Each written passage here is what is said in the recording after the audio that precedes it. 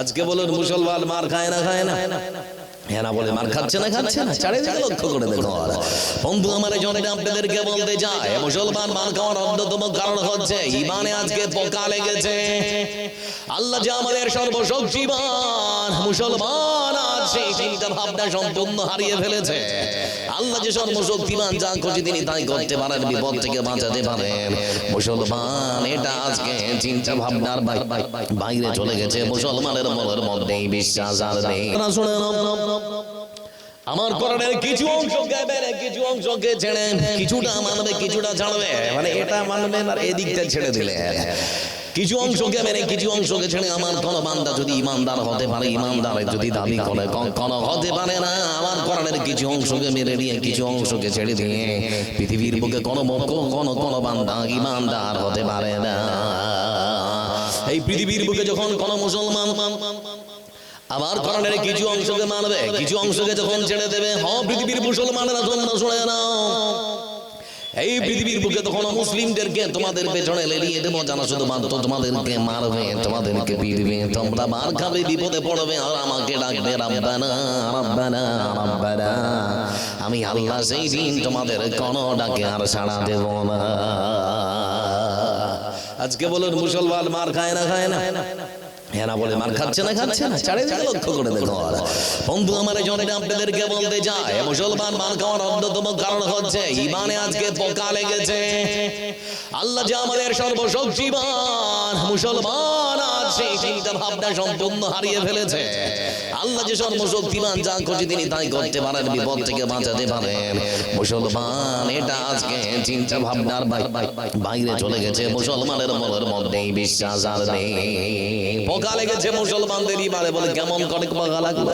আপনাদেরকে ছোট্ট করে একটা কথা বলে, ওই যে 7 বছর যখন বয়স, আপনার বয়স যখন 7 বছর, 7 বছর বয়সে আমি আমার বন্ধুদের সঙ্গে খেলাধুলা করছিলাম। খেলতে খেলতে হঠাৎ করে মুখের ভেতর থেকে একখানা দাঁত বেরিয়ে এসেছে।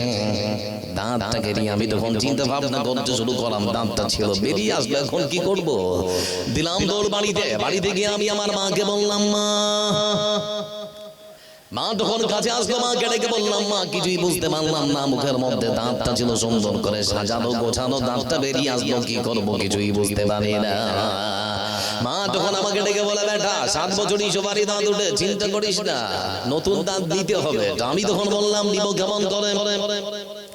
মা তখন আমাকে ডেকে বলে, বেটা দাঁতটা তোর হাতে ধর, ভালো করে আমাদের বাড়ির চারিপাশে ঘুরতে শুরু করে দে। কথা ইঁদুরের গর্ত আছে, ইঁদুরের গর্তের কাছে যা, দাঁতটা রেখে দে আর বল, ইঁদুর মামা আমার দাঁত তুমি নাও, তোমার দাঁত আমাকে দাও।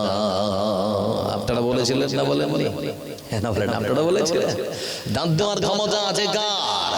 কথা বলেন সজোরে। দাঁত দেওয়ার ক্ষমতা আছে কার? ইঁদুর দিতে পারে নাকি? তো আমরা আবার কি করে ভাবছি সেই ক্ষমতা মনে হয় আল্লাহ ইঁদুরকেও কিছুটা ভাগ করে দিয়েছে নাকি? ইমানে পোকা লাগে। আমার বন্ধুরা চিন্তা করে দেখুন, শুধুমাত্র এখানে শেষ নয়, মুসলমান আজকে ইমানে পোকা লেগেছে তার প্রমাণ হচ্ছে মুসলমানদের চোখের মধ্যে যখন একখানা আজিরি উঠে, দিনাজপুরের ভাষায় আমরা আজিরি বলি। আচ্ছা, আমার ভাষা বুঝতে অসুবিধা হচ্ছে না তো নাকি? আমার বন্ধুরা চোখের কোণে যখন আজিরি উঠে, প্রচন্ড যন্ত্রণায় যখন আমি ছটফট করছি, ঠিক সেই সময় আমার দাদি তখন আমাকে ডেকে বলছে, নাচিরে কি হয়েছে? আমি তখন বললাম, নানি কি বলবো, চোখের মধ্যে আজিরি উঠেছে, যন্ত্রণা সহ্য করতে পারি না। বলে পাগল কথা, কার ওষুধ আছে রে? আমি বললাম ওষুধ কথা? বলে আমাদের পাশের বাড়ির যে ছোট্ট ছেলেটা, তার ওই জায়গাটায় চকটা ঠেকিয়ে দে, তাহলে এই রোগ সেরে যাবে। বলে না? আপনাদের দিকে বলে না? আচ্ছা, আল্লাহ রোগ দিয়েছে, কোথায় কি করতে হবে না করতে পারে ঔষধ আছে না রে? আছে। কিন্তু এই যে ইমানে পোকা লেগেছে, এই জন্য বিশ্বাস এবারে ইমানের মধ্যে কত ভঙ্গুর, কত দুর্বলতা চিন্তা করে দেখো। আমার বন্ধুরা শুধুমাত্র এখানেই শেষ নয়। বর্তমান সময়ে যে মাধ্যমিক চলে গেল, একজন মাধ্যমিক পরীক্ষার্থী সকালবেলা সুন্দর করে প্রস্তুতি নিয়েছে, মা সুন্দর করে রান্না বান্না করেছে, মা রান্না করেছে ডিম ভাত, মা রান্না করেছে আর কি। তো ডিম ভাত রান্না করেছে, ডাইনিং টেবিলে সুন্দর করে দিয়েছে, সবাই এবার খেতে আসলো। খেতে আসার পর মা সবারই থানাতে দিয়েছে ডিম, কিন্তু যে পরীক্ষা দিতে যাবে তার তালাটা ফাঁকা।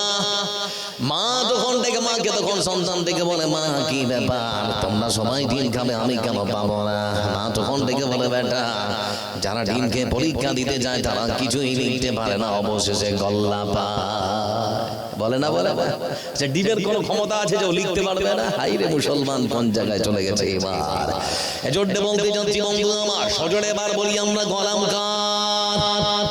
সর্বশক্তিমান যিনিকে বিপদ থেকে উদ্ধার করার ক্ষমতা আছে কার? কেরামান কাতিবিন রজহাসরের দিন, কেরামান কাতিবিন রজহাসরের দিন আল্লাহর কাছে যদি করে অভিযোগ, আমি বলবো দুনিয়ায় ছিলাম খাজা বাবার লোক। আর খাজা বাবা সেদিন যদি বলে আমি কি আমার লোক হতে বলেছিলাম? আমি তো বলেছিলাম তোমরা আল্লাহর বান্দা রাসূলের অনুসারী হও, সেদিন তোমার কি হবে নাকি? সেজন্য আমরা বলবো আমরা আল্লাহর বান্দা এবং রাসূলের অনুসারী, তাই তো নাকি?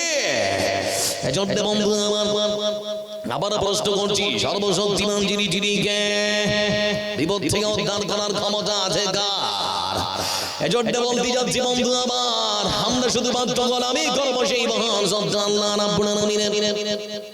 কারণ কোরআন কারীমের মধ্যে মহান সত্তা আল্লাহ রাব্বুল আলামিন সুন্দর করে তার বান্দাদেরকে শিক্ষা দিয়েছেন, আফাতুমিনুনা বিবাদিল কিতাবি ওয়া তাকফুরুনা বিবাদ। বান্দা পুরোটাই মানতে হবে, আংশিক অনুসরণ করলে হবে না। এজন্য মহান সত্তা আল্লাহ রাব্বুল আলামিনের কোরআনের ভাষা, أفغير دين الله يبغون وله أسلم من في السماوات والأرض طوعا وكرها وإليه يرجعون। ও বান্দা, আকাশ আর জমিনের মধ্যে তোমরা যা কিছু দেখতে পাও, পাহাড় পর্বত সমুদ্র নদী নালা খাল বিল পশু প্রাণী যা কিছু দেখতে পাও, সব কিছুই গোলামি করে কার? মহান সত্তা আল্লাহ রাব্বুল আলামিন সুন্দর করে জন্য কোরআন কারীমের মধ্যে বোঝাতে গিয়ে আবার বলেছেন, ও বান্দা তোমরা কেন রক্ষা করো না? ওই যে সূর্য আর চন্দ্র তারাও গোলামি করে শুধুমাত্র আমার। আশ-শামসু ওয়াল কামারু বিহুসবানি ওয়ান নাজমু ওয়াশ-শাজারু ইয়াসজুদান।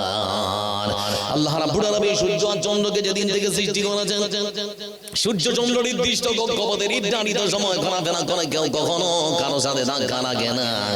কারণ সূর্য চন্দ্র গোলামি করে সেই মহান স্রষ্টা আল্লাহ রাব্বুল আলামিনের। এজন্য লক্ষ্য করে দেখুন, শুধুমাত্র সূর্য আর চন্দ্র নয়, ওই যে গাছের পাখিগুলো দেখতে পাচ্ছেন, পাখিগুলো গোলামি করে কার? أولم يروا إلى الطير فوقهم صافات ويقبضن ما يمسكهن إلا الرحمن। দেখে নাকি তারা পাখিটি কেমন মেলে দুটি লক্ষ্য ডানা উড়িয়া বেড়ায় শূন্যের পরে নাহি যার কোনো মানা। আবার সেটা না গুটাইয়া চলে কিন্তু পড়ে না তবু। বলো হে মানব, কে তারে রেখেছে মহাশূন্যে, সে যে এক ভিন্ন প্রভু। পাখিগুলো গোলামি করে কার? জোরে বলি ভাই, আমরাও গোলামি করবো কার? বিড়ি খাওয়া সুন্নাত না নফল? কথা বলে না, আছে না নেই? রাসূল সাল্লাল্লাহু আলাইহি ওয়াসাল্লাম এই জন্য তিনি সুন্দর করে বলেছে, ও মুসলমানরা তোমরা শুনে নাও, আল মুসলিম মান সালিমাল মুসলিমুন মিন লিসানিহি ওয়া ইয়াদিহি। মুসলমান তাকেই বলা হয় যার হাত আর মুখ থেকে তার প্রতিবেশী কখনো কষ্ট পায় না। আমার বন্ধুরা, হাত আর মুখ তার মানে ক্ষমতা আছে বলে এই হাত দিয়ে কখনো কোনো গরিব মানুষকে মারতে যাবেন না। এই মুখ দিয়ে গালমন্দ কখনো যদি আপনি দিতে না যান, তাহলে পরে আমার রাসূল বলেছেন সেই মানুষটাকেই মুসলমান বলে। তারপরে আমার রাসূলের আরেকখানা হাদিস, মাইয়াত মানলি মা বাইনাল হিয়াহি ওয়া মা বাইনা রিজলাইহি আযমান লাহুল জান্নাহ। রাসূলুল্লাহ সাল্লাল্লাহু আলাইহি ওয়াসাল্লাম তিনি সুন্দর করে বলেছেন, এই পৃথিবীর বুকে আদম সন্তান যদি দুটো জিনিসের দায়িত্ব নিতে পারে, এক মুখ আর দ্বিতীয় হলো লজ্জাস্থান, এই দুটো জিনিসের দায়িত্ব যদি আদম সন্তান নিতে পারে, আমি রাসূল তাদের জন্য জান্নাতের ভেতরে জান্নাতের দায়িত্ব নিয়ে নেব। সুবহানাল্লাহ বলবেন না? মানে এই মুখ দিয়ে আর কাউকে গাল দেবেন না, লজ্জাস্থানের অপব্যবহার করবেন না, তাহলেই জান্নাত। রাসূলুল্লাহ সাল্লাল্লাহু আলাইহি ওয়াসাল্লাম সুন্দর করে বিবরণ দিতে গিয়ে যিনি আবার অন্য আরেকখানা হাদিসে বলেছেন, লাউলা আনা শুকা আলা উম্মতি আলাইকা বিসওয়াক, আমি যদি আমার উম্মতের উপরে ভারী না মনে করতাম তাহলে পরে আমার প্রত্যেক উম্মতদেরকে হুকুম দিতাম তারা যেন নামাজের আগে ওযুর সময় সুন্দর করে দাঁতগুলোকে ব্রাশ করে নেয়, সুন্দর করে যেন দাঁতগুলোকে মেজে নেয়। কেন? যারা দাঁত মাজে না তাদের মুখ থেকে দুর্গন্ধ আছে না নেই? আচ্ছা ভাই, আপনারা একটু কথা বলেন না, আছে না নেই? লক্ষ্য করে দেখুন, পৃথিবীর বুকে পায়খানার গন্ধ একরকম, পেশাবের গন্ধ আর একরকম, মুখের দুর্গন্ধ তার থেকে বেশি না কম। এজন্য বিশ্ব নবী সাল্লাল্লাহু আলাইহি ওয়াসাল্লাম তিনি বলেছেন, ও আদম সন্তান শুনে নাও, কাঁচা পেঁয়াজ আর রসুনকে তোমরা আল্লাহর ঘর মসজিদের মধ্যে নামাজ পড়তে আসবে না। কেন? কাঁচা পেঁয়াজ আর রসুন খেলে মুখ দিয়ে এক প্রকার গন্ধ বের হয়, বের হয় না? হয় না? এজন্য ইসলাম কত উদার ধর্মনীতির শিক্ষা দিয়েছে, আপনি মুখ দিয়ে মুখের দুর্গন্ধ দিয়েও কাউকে কষ্ট দিতে পারবেন না। এবার আপনাদেরকে বলি বন্ধু আমার, যে কাঁচা পেঁয়াজ আর রসুন খাওয়ার পরে আমার রসুন শিক্ষা দিয়েছেন নামাজ পড়ার জন্য মসজিদে যেতে পারবেন না। তাহলে এবার আপনাদের কাছে আমার প্রশ্ন হলো বন্ধু আমার, যারা ধূমপান করে বিড়ি খায় তাদের মুখ থেকে গন্ধ আছে না নেই? কথা বলবেন না? সবাই কি বিড়ি খাওয়া মানুষ বসে আছেন নাকি? যারা খান না তারা অন্তত বলুন। আপনাদেরকে কষ্ট দিচ্ছি না, দেখুন যদি ছাড়তে পারেন আর কি, এটা আসলে মুসলমানের খাবার হতে পারে না। দেখুন চেষ্টা করুন, আপনারাই পারবেন, মানুষই পাবে। আমার বন্ধুরা লক্ষ্য করে দেখুন, আপনাদেরকে যে কথা বলছিলাম, এজন্য রাসূলুল্লাহ সাল্লাল্লাহু আলাইহি ওয়াসাল্লাম তিনি সুন্দর করে শিক্ষা দিয়েছেন, শুনে নাও, কোন মুসলমান বুক আর হাত দিয়ে অন্য কাউকে কষ্ট দিতে পারে না। এজন্যই তো বিশ্ব নবী সাল্লাল্লাহু আলাইহি ওয়াসাল্লাম শিক্ষা দিয়েছেন, সুন্দর করে ওযু করার সময় সুন্দর করে তোমরা দাঁতগুলোকে ব্রাশ করে দাও। লক্ষ্য করে দেখুন বন্ধু আমার, সকালবেলা ফজরের নামাজ শেষ হয়েছে, সকালবেলা ফজরের নামাজ শেষ হয়েছে, আরেকজন দাদু সমবয়সী একটা হাতে লটা আর মুখে বিড়ি নিয়ে টানতে টানতে টানতে টানতে চলে যাচ্ছে আর কি, মানে জঙ্গলের দিকে। তাকে জিজ্ঞেস করলাম, দাদু কোথায়? তা বলে বুঝতে পারিস না কোথায় যাচ্ছি, হাতে লটা মানে? আমি তখন বলছি পায়খানায় নাকি? বলে হ্যাঁ পায়খানায় যাচ্ছে। তখন আমি বললাম, দাদু পায়খানা করার পরে পানির প্রয়োজন, পবিত্র অর্জন করার জন্য পানির প্রয়োজন, পানি লাগে ভালো কথা, কিন্তু মুখের মধ্যে বিড়ি কেন? বিড়ি টানছেন কেন? দাদু তখন আমাকে ডেকে বলে, ও নাতি রে, তুই বুঝবি না, বন্ধ করবে না, কারণ যেহেতু সমাজের মধ্যে কাপড় পরা চালু আছে, উলঙ্গ মানুষ কেউ কখনো দেখতে চায় না। সারা পৃথিবীর সমস্ত মুমিন মুমিনা, মুসলিম মুসলিমা, নারী পুরুষ নির্বিশেষে আল্লাহর হুকুমকে মানমত করে সমাজের মধ্যে যদি এরা সুন্দর করে নামাজকে কায়েম রাখতো, বেনামাজি সমাজে খুঁজে পাওয়া যেত না। আর বেনামাজি সমাজে থাকলে তাকে কেউ পছন্দ করতো না, ভালোবাসতো না। এখন প্রশ্ন হচ্ছে, বেনামাজি আছে না নেই? আজকে ফজর পড়েছেন কে কে? একটু হাত তোলেন। আর বাদ বাকি গুলো পড়েননি? আপনাদের জন্য কোনো রাগ নেই, ক্ষোভ নেই, তবে সবাই আলাদা করে ইনশাআল্লাহ পড়বো। কেমন করে ঘুমাও তুমি, ফজর করে কাজা, এমন তো হতে পারে জোহরে জানাজা। পারে না? পারে না? মুসলিম হয় না জন্ম নিলে মুসলমানের ঘরে,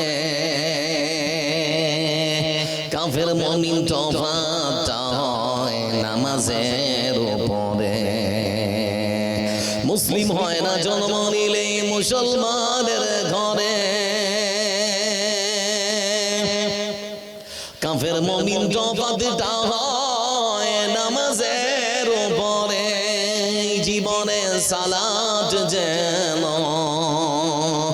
এই জীবনে নামাজ যেন হয় না কবু কাজা, এমন